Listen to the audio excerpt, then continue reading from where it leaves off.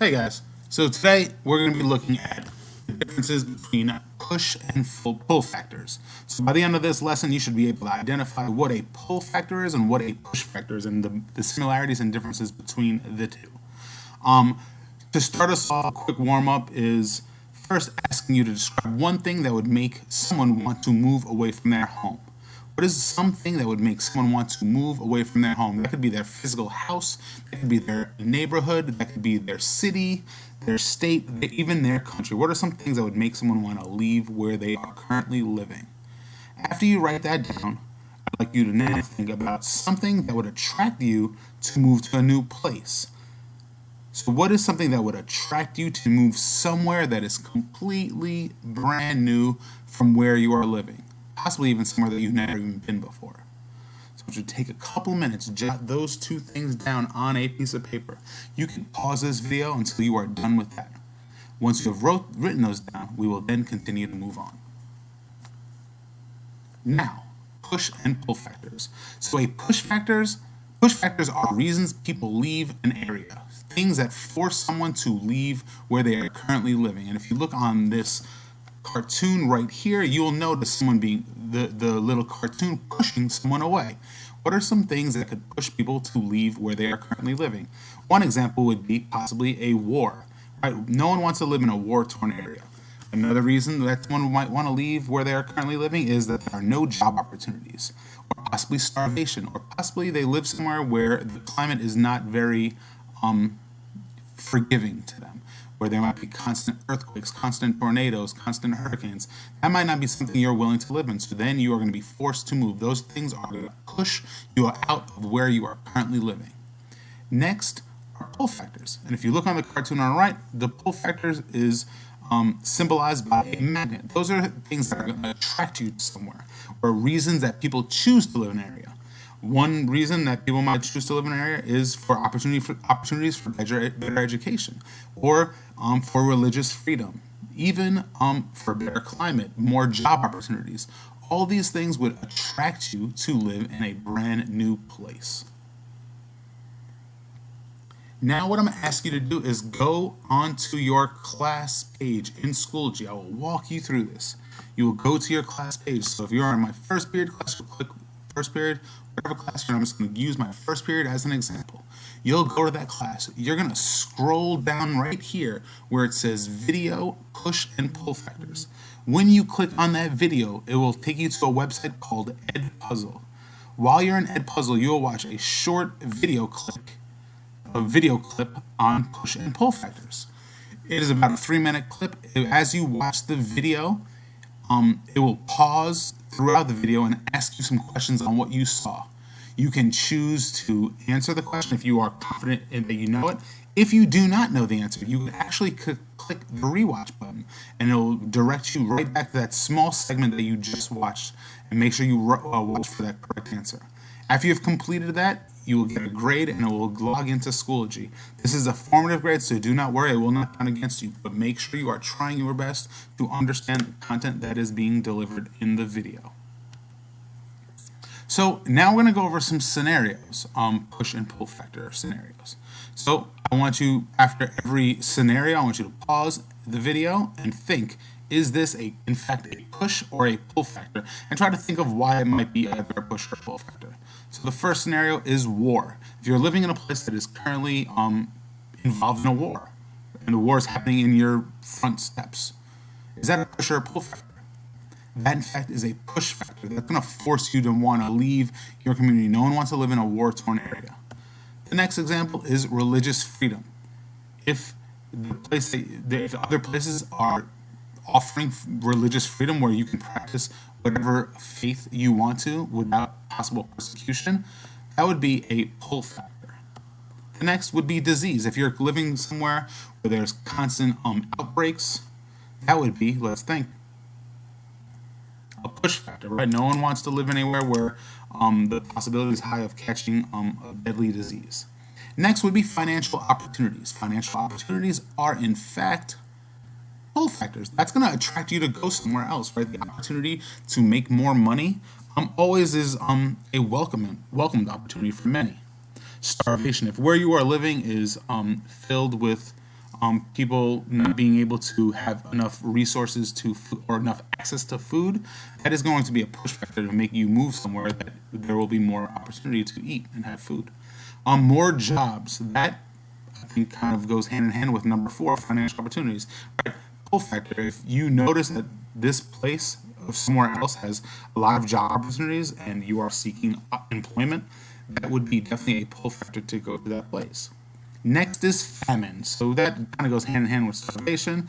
That obviously is a push factor. That's going to force you to move somewhere else. More space to live. Having more space to live is a very attractive trait, and that is definitely a pull factor.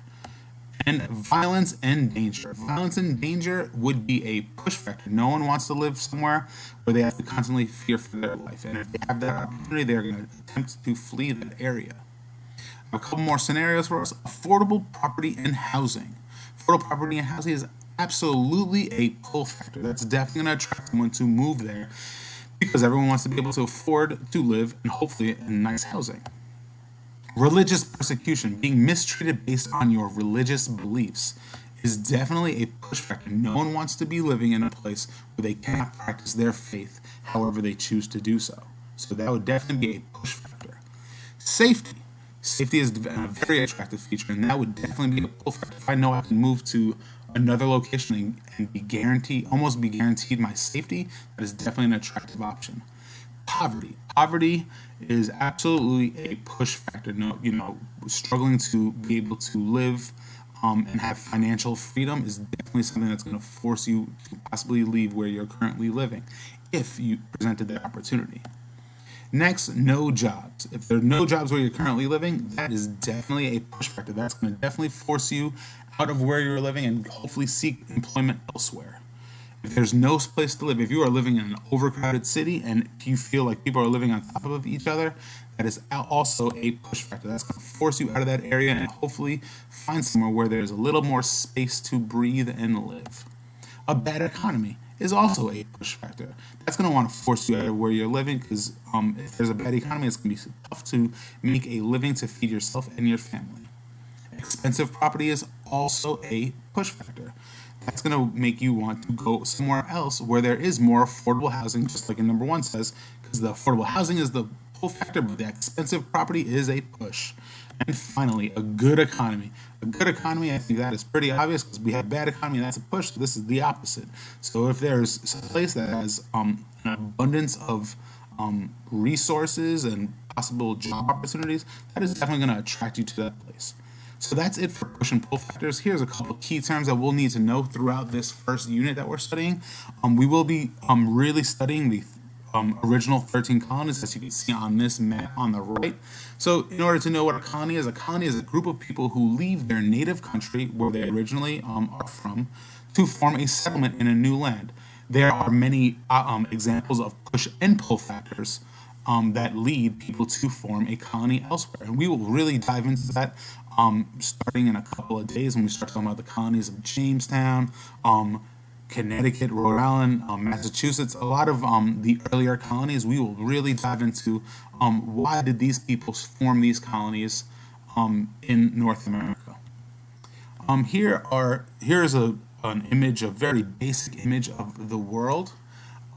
If you notice, I divided it into 2. I kind of cut it in half. One on the right hand side, you'll notice it says Old World. On the left hand side, it says New World. I was asking you to create a definition for New World and Old World. So pause the video for a minute, look at this map, and come up with a definition for Old World, which is right here, and come up for a definition for New World. Pause this video and do so now. The Old World is relating to the ancient world or to former period of history. So a lot of the history that you may have studied in 6th and 7th grade really focuses on the Old World, where you learned about Asian history, African history, as well as European history. So that is what the Old World is. What we will focus this year on is the New World, predominantly North America, and specifically the United States of America. But the New World is another name for the Americas, especially during the time of first exploration and colonization of the Americans by Europeans. We will really look at colonization in North America, at first by Spain, France, as well as as well as Great Britain, and we will really dive into the British colonies starting next week. So that is it for the lesson.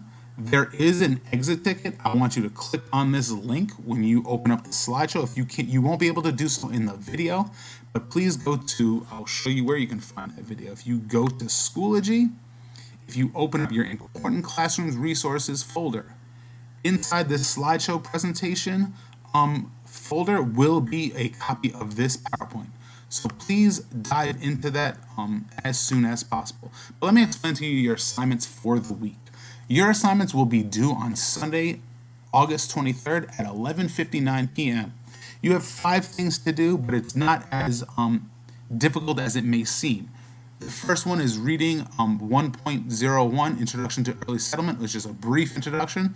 And there's a pre-assessment. This is a 25-question assessment to test your general understanding of the topic that we'll be covering this unit. So do not worry if you don't know some of the answers. We have not covered it yet.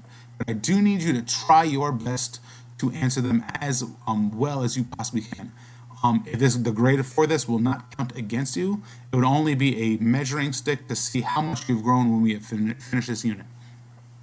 Then next is you're going to read lesson 1.02, which is America's Geography. You'll complete a graphic organizer that goes with that. So while you're reading this, you should in another tab you should have the graphic organizer open, so you can jot down some notes, and the graphic organizer will kind of help guide you onto as to what notes you should take.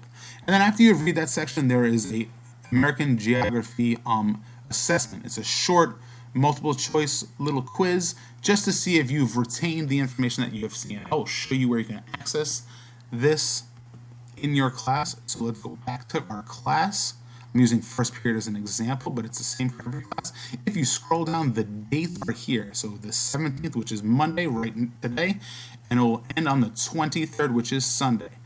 And if you click on here, all of the assignments are located here. The first reading, the pre-assessment, the second reading, the graphic organizer, as well as the final assessment. Once you have done all 5 of these things, you have completed the exercise for this week. If you have any questions, you can look back in your updates in your class. I actually posted a quick little message for everyone, and in that message, I included my email that you could email me at, my cell phone number if you need to call or text me because you need some help. Here's my Instagram if you need it to send me a message or maybe some kind of reminders. And then last but not least, you can click this link here. It will take you to my booking website, and you can literally book me for a half-hour meeting. And this will be very valuable to you if you would like to set up a one-on-one meeting to discuss maybe an assignment that you might be struggling with, or if you need help on just kind of looking over any of the resources. So with that said, that is all I have for you. If you have any questions for me, please don't hesitate to reach out, because I'm here to help you all. So I hope you all have a great rest of your day.